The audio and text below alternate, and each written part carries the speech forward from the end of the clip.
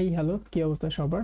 আজকের ভিডিওতে আমি দেখাবো কিভাবে একটা নতুন জিমেইল অ্যাকাউন্ট খুলতে হয়।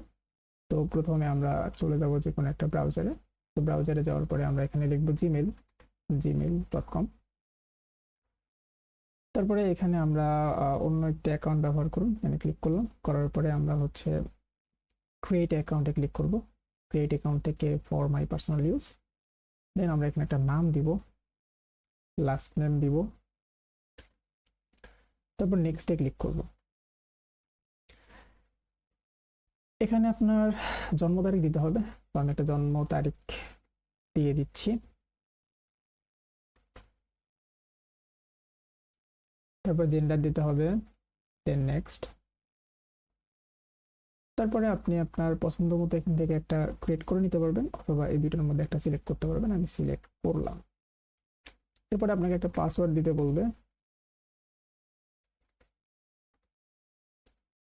আমি একটা পাসওয়ার্ড দিচ্ছি।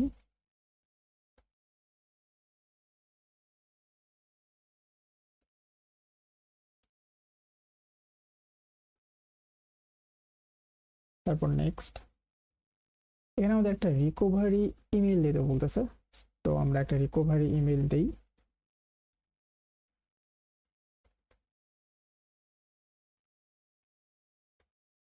আপনারা আপনাদের সব থেকে সুরক্ষিত যে মেলটা, সেই মেলটা এখানে ইউজ করতে পারেন। দেন নেক্সট।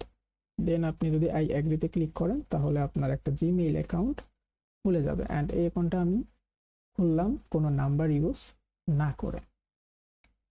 তো আপনারা অনেকেই বলেন যে নাম্বার ইউজ না করে কিভাবে জিমেইল অ্যাকাউন্ট খোলা যায়। তো চোখের সামনে দেখতে পেলেন যে আমি নাম্বার ইউজ না করে একটা জিমেইল অ্যাকাউন্ট খুলে ফেললাম। তো এই ভিডিওটা দর্শক এই পর্যন্তই। দেখা হবে পরের ভিডিওতে অন্য কোন টপিকে।